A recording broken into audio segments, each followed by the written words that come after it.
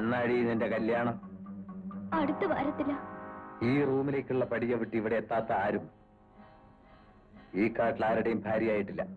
വലിയ മുതലാളി, ഞാൻ പാവമാ. അവരോടാണ് എനിക്ക് കൂടുതൽ സ്നേഹം.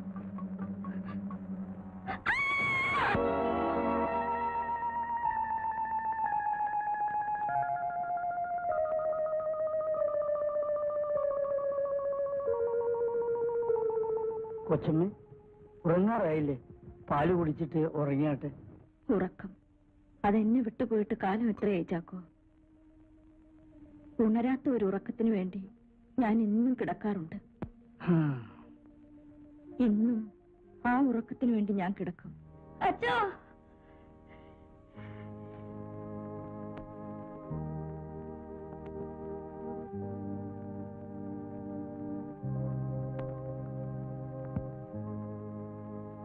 എന്താ വള്ളി?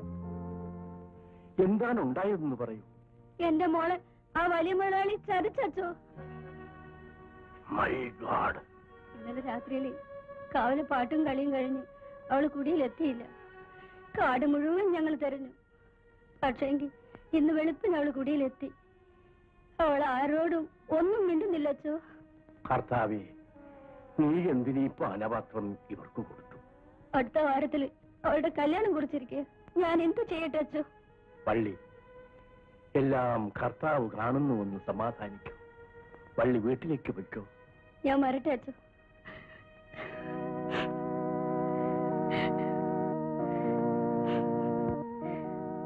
കർത്താവേ, ഈ കുരിശ് ഇനിയും ഞാൻ എത്ര നാൾ ചുമക്കണം?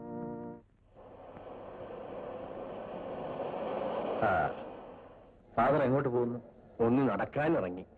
പിന്നെ ആ പൊന്നിയുടെ വീട് വരെ ഒന്ന് പോണം. എന്താ വിശേഷം? മിസ്റ്റർ വില്യംസ് അറിഞ്ഞില്ലേ? ആ കുട്ടി ഇന്നലെ രാത്രി മുഴുവനും വീട്ടിലായിരുന്നു. രാവിലെ വീട്ടിലെത്തിയത് മുതൽ ആ കുട്ടി ആരോടും മിണ്ടുന്നില്ല. പാവം, എന്തെങ്കിലും അസുഖമായിരിക്കും. ഒരു രാത്രി കൊണ്ട് അവൾക്കിതെങ്ങനെ സംഭവിച്ചു? ഒരു രാത്രി കൊണ്ട് എന്തൊക്കെ സംഭവിക്കാം ഫാദർ? ഇത് മാത്രമേ പറയാനുള്ളൂ. ആ കുട്ടിയുടെ അമ്മ എല്ലാം എന്നോട് പറഞ്ഞു. അപ്പോ എല്ലാം ഫാദർ അറിഞ്ഞിരിക്കുന്നു? അതെ. എന്നാൽ ഫാദർ എന്നെ പറ്റി ഒന്നുകൂടി മനസ്സിലാക്കണം. ഇനിയും പലതും കേൾക്കും, കാണും. പക്ഷേ അതൊക്കെ അവിടെ തന്നെ മറന്നു കളയണം. വില്യംസ്,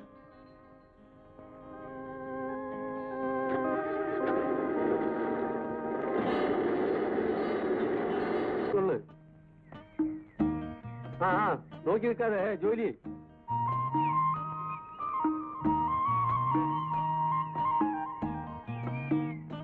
മാലി, ഈ മുന്നിൽ പൊന്നിയെ കണ്ടു. ഏനെ കണ്ടപ്പോ പൊട്ടിക്കരയണം. കല്യാണം ഒക്കെ ഉറച്ചതാ. അതൊക്കെ ഇപ്പം മുടങ്ങി. പൊന്നിയെ കാണുന്ന പോലെ ഇപ്പം വേദനയാ. കഷ്ടം. എങ്ങനെ നടന്നവളാ പൊന്നി. ഇന്നിപ്പോ ഉള്ള കാര്യം പറയുന്നതിന് വിഷമാ. ദൈവം ഇതൊന്നും കാണാതിരിക്കില്ല. അമ്മ എന്നെ വിളിച്ചോ? വിളിച്ചു. നീ എന്നും വളരെ വൈകിയാണ് വീട്ടിൽ വരുന്നതല്ലേ? വീട് തടവറ എന്ന് പറയുന്നതാ ശരി. അമ്മയ്ക്ക് വേണ്ടിയാണ് ഞാനിവിടെ കഴിയുന്നത്. ഇല്ലെങ്കിൽ ഇതിനു മുമ്പേ ഞാൻ ഈ ചുടുകാട് വിടുമായിരുന്നു. മോനെ, അമ്മയുടെ കാലം കഴിയുന്നത് വരെയെങ്കിലും നീ ഇവിടുന്ന് പോകരുത്. അത് മാത്രമേ ഉള്ളൂ എനിക്കൊരപേക്ഷ. ഇല്ല, എന്റെ അമ്മയെ വിട്ട് ഞാനെങ്ങും പോയില്ല.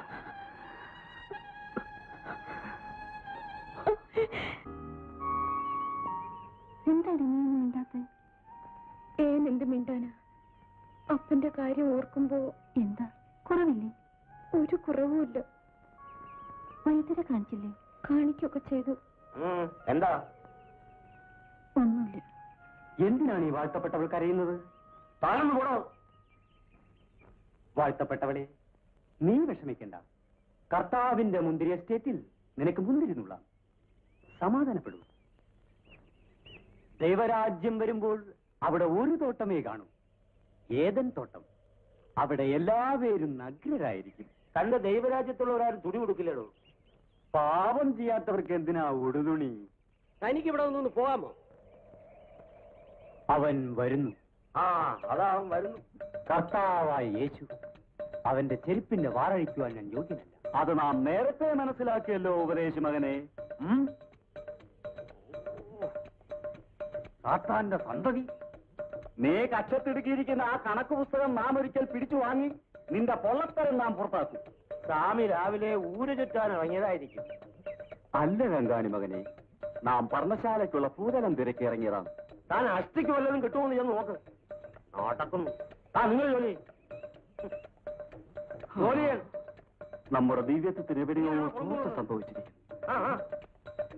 സർവം ശക്തി, സർവം ശക്തി, സർവം ശക്തി.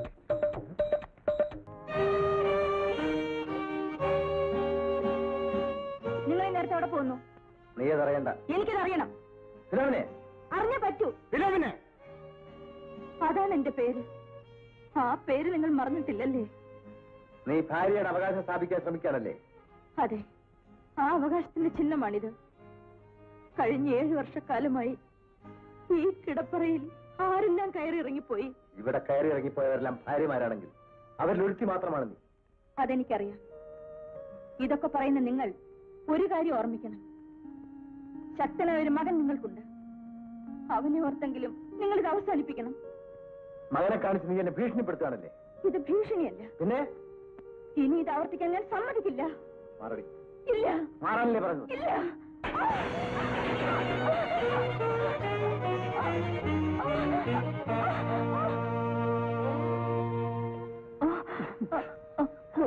ചാക്കോ, എന്റെ മോൻ ആന്റണി, ആന്റണി,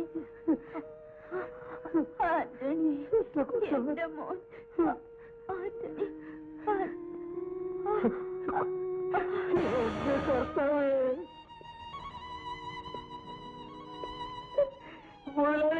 ചാക്കോ, ബഹളം വയ്ക്കരുത്. കൊച്ചു മുതലാളി അറിയിക്കട്ടെ? വേണ്ട, പറയുന്നതനുസരിച്ചാ മതി. മറ്റാശയം അറിയിക്കണ്ട. ശവം അവിടെ തന്നെ മറവ് ചെയ്യാൻ അതിനുള്ള ആളെ കൂട്ടിക്കൊണ്ടുപോവാ. ദുഃഖിച്ചിട്ട് കാര്യമില്ല മകനെ. കർത്താവ് എന്ത് വിചാരിക്കുന്നു അത് മാത്രമേ നടക്കൂ. കർത്താവ് എല്ലാം കാണുന്നുണ്ട്. കർത്താവ് ഒന്നും കാണുന്നില്ല. കണ്ടിരുന്നെങ്കിൽ ഇതുപോലുള്ള പ്രവൃത്തികളൊന്നും നടക്കുമായിരുന്നില്ല. കൊച്ചുമുതലാളി, കൊച്ചുമുതലാളി. എന്താ ചാക്കോ?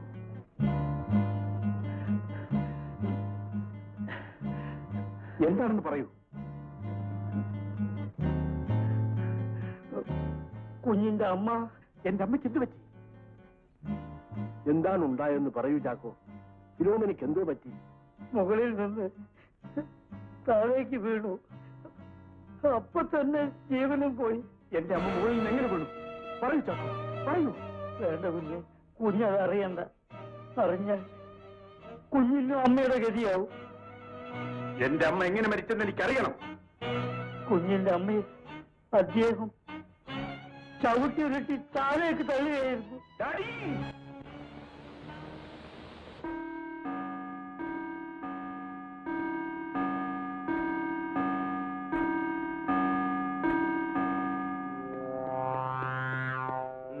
എന്താ? എന്റെ അമ്മ എങ്ങനെ മരിച്ചു? മരണകാരണം ഞാൻ തിരക്കിയില്ല. നിങ്ങളുടെ തൊഴിയറ്റല്ലേ എന്റെ അമ്മ മരിച്ചത്? സത്യമതല്ലേ? നിന്നോട് ആര് പറഞ്ഞു?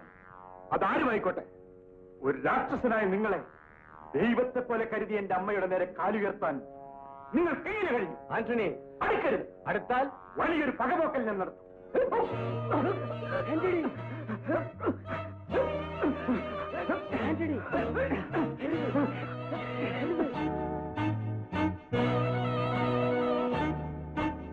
എന്റെ അമ്മയെ കൊന്ന് നിങ്ങളോട് ഞാൻ എന്തെങ്കിലും പകരം ചോദിക്കും.